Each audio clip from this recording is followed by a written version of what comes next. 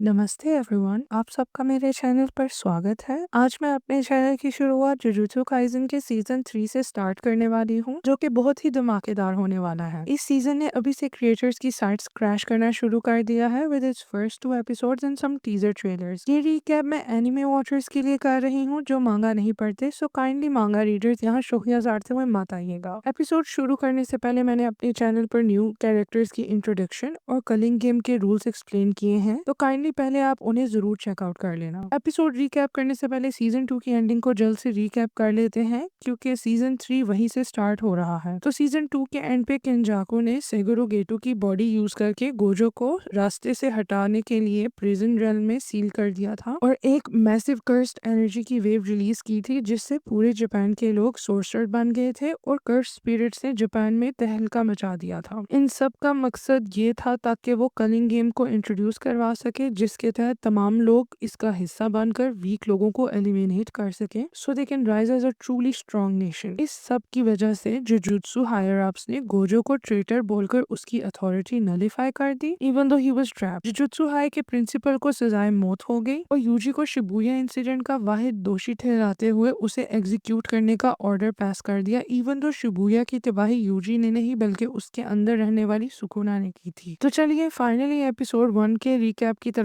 आते हैं। सीजन 3 की फर्स्ट एपिसोड यूजी से कंटिन्यू होती है, जो कि बुरी तरह से घायल होने के बावजूद भी कर्स स्पिरिट से लड़ रहा होता है। वो अपने खून से भरे हाथ धोकर कर्स स्पिरिट से लड़ने को शहर में अकेले निकलता है। यहाँ उसका सामना रिका चैन से होता है, जो कि यूटा की बेस्ट फ्रेंड हुआ करती थी किसी जमाने में, लेकिन फिलहाल वो मर चुकी है और मरने के बाद एक खूनखार कर्स स्पिरिट बन चुकी है, जिसका वाहिद मकसद है यूटा को प्रोटेक्ट करना। तो फिलहाल रिका यूजी को पकड़कर यूटा के हवाले करती है, जिससे हमें पता चलता है कि जुजुत्सु हायर अप्स ने यूटा को यूजी का एक्सिक्यूशनर बनाकर भेजा है। दूसरी तरफ हमें ज़ेनिन क्लैन का सीन दिखाया जाता है, जहां से माकी, उसकी जुड़वा बहन माई और टोजी भागे हुए हैं। सिंस क्लैन का एल्डर शिबुया इंसिडेंट में मारा गया था, क्लैन के एल्डर्स ये तय करते हुए दिखाई देते हैं कि क्लैन का नेक्स्ट लीडर कौन बनेगा। इन्हीं सब में हमें नाया दिखाया जाता है, जो कि टोजी का कजन है और एक बहुत ही मगरूर और घमंड इंसान है। उसे लगता है कि उसके एल्डर्स किसी काम के नहीं है और क्लैन को लीड करने के काबिल नहीं है। वो चाहता है कि वो नेक्स्ट लीडर बन जाए, मगर एल्डर्स डिसाइड करते हैं to bring Megumi back home and make him the next clan leader. ये सुनकर नाया की ईगो इतनी हर्ट होती है कि वो मेगुमी को कत्ल करने की ठान लेता है और साथ ही साथ यूजी की भी, ताकि वो जुजुत्सु हाई के एल्डर्स का फेवर गेन कर सके। अब सीन्स कुछ टाइम पहले की तरफ जाते हैं। यूजी चोसो से बातें करते दिखाई देता है। सिंस चोसो को मालूम पड़ गया था कि यूजी उसका भाई है इन सीजन 2, वो उसे अब कोई बुक्स नहीं रखता बल्कि उसे भाइयों की तरह ट्रीट करता है। यूजी उसे फिक्रमंद होकर बताता है कि शिबुया इंसिडेंट के दौरान सुकुना ने मेगुमी को जानबूझकर जिंदा छोड़ा था, क्योंकि वो कुछ नया इविल प्लान बना रहा है जिसमें उसे मेगुमी की जरूरत है। यूजी चोसो को बताता है कि वो बस इतना ही सुन पाया, जिसके बाद सुकुना ने उसे अपने वश में कर लिया और शिबुया इंसिडेंट में हल्ला बोल दिया, जबकि यूजी अपनी ही सबकॉन्शियसनेस में ट्रैप हो गया। अब दोनों भाई बाहर निकलते हैं to fight some curse spirits, ये ठानकर कि वो जापान को स्पिरिट फ्री बना देंगे without participating in the game. While eliminating the curse spirits, इनका सामना नाया से होता है, जो कि इनसे मेगुमी का पूछता है। नाया अचानक से चोसो से लड़ाई करता है, जिसके दौरान वो अपने बाल फिक्स करके शोखियां मारता है। जल्द ही यूटा अपनी एंट्री मारता है और अपने आप को इंट्रोड्यूस करवाता है। नाया यूजी को खुद कत्ल करना चाहता था, मगर यूटा को देखकर ही changes his plans and lets Yuta get away. Yuta और यूजी दोनों वहां से भाग निकलते हैं। अब नाया और चोसो एक दूसरे की कर्स टेक्निक से वाकिफ होते हैं लड़ाई के दौरान, जबकि यूटा यूजी को मारने की धमकी देता है। यूजी को समझ नहीं आती इस बात की, क्योंकि वो गोजो के मुंह से यूटा की बहुत तारीफें सुन चुका था। Since Yuji has been through hell, वो यूटा के सामने कमजोर पड़ता है। हमें थोड़ी देर के लिए गोजो भी दिखाई देता है, जो कि यूटा की पास्ट मेमोरी की फ्लैशबैक में आता है, उसको उसकी टेक्निक परफेक्ट करने पर लेक्चर देते हुए। तो इस एपिसोड की एंडिंग यहीं पर होती है, जब यूटा रिका को रिलीज करता है और उसकी मदद लेते हुए यूजी को कत्ल करता है। एपिसोड 1 जुजुत्सु काइसेन की रीसेंट मूवी की एंडिंग से कंटिन्यू होता है, जहां हमें यूटा यूजी को अपने कर्स्ड ब्लेड से कत्ल करते दिखाई देता है।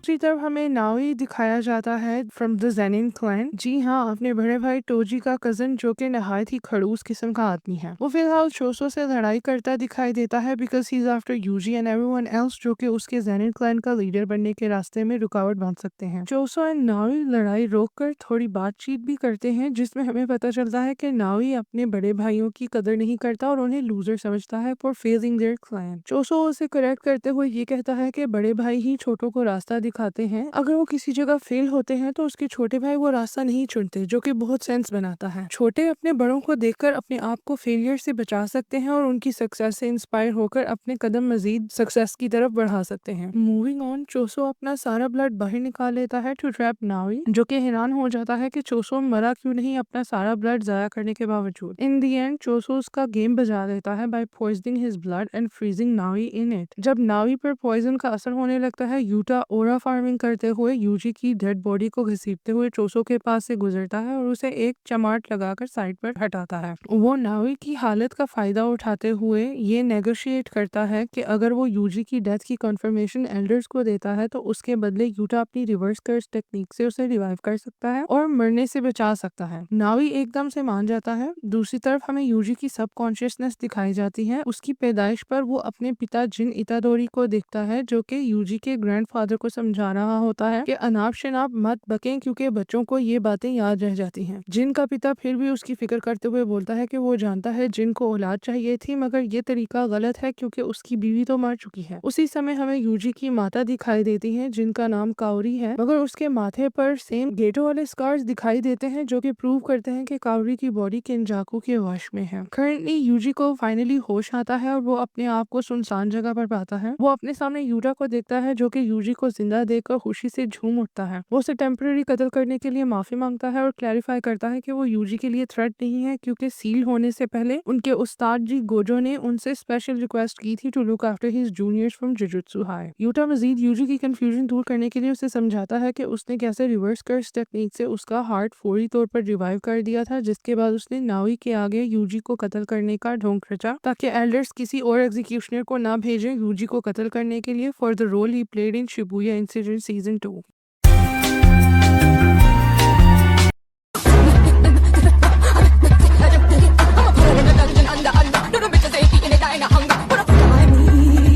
पॉइंट आउट करता है कि यूजी अपनी डेथ एक दफा पहले भी फेक कर चुका है, इसलिए उसे यूजी को कत्ल करने से पहले अंदाजा था कि सुकुना की प्रेजेंस से वो फिर अपने आप को रिवाइव कर लेगा। यहाँ यूजी यूटा को बताता है कि उसे सुकुना की फिंगर्स फोर्स फीड की गई थी जिसकी वजह से सुकुना ने उसे ओवर पावर करते हुए शिबुया में गुल खिलाए। जल्द ही मेगुमी आता है वहाँ पर यूजी को जुजुत्सु हाई वापस ले जाने के लिए। यूजी उसे देखते साथ ही शिबुया इंसिडेंट पर रिफ्लेक्ट करता है और अपने आप को बचाना अनवर्दी समझता है। मेगुमी उसे समझाता है कि शिबुया इंसिडेंट में उसकी गलती भी थी फॉर समनिंग जनरल महारागा, मगर यूजी स्टिल शिबुया इंसिडेंट में मारे जाने वाले लोगों की दोषी अपने आप को ही ठहराता है। मेगुमी यूजी को पास भूल जाने को कहता है। वो जाने से पहले यूजी को बताता है कि नोरितोशी कामो ने कलिंग गेम आर्क को इन मोशन रख दिया है और उसे इसमें सर्वाइव करने के लिए यूजी की मदद चाहिए होगी। स्क्रीन पर थोड़े समय के लिए कलिंग गेम्स के रूल्स शो होते हैं। अगर आपको इनकी एक्सप्लेनेशन चाहिए तो मेरे चैनल पे उनकी एक सेपरेट से वीडियो है जहाँ से आप रूल्स को अच्छे से समझ सकते हैं। सेकेंडली, अब नोरितोशी कौन है इसका हमें आगे ही पता चलेगा सिंस ये एक्सप्लेनेशन सिर्फ एनिमे व्यूअर्स के लिए है जो कि मांगा से वाकिफ नहीं है। बैक टू द एपिसोड, चोसो अचानक से एंट्री मारता है।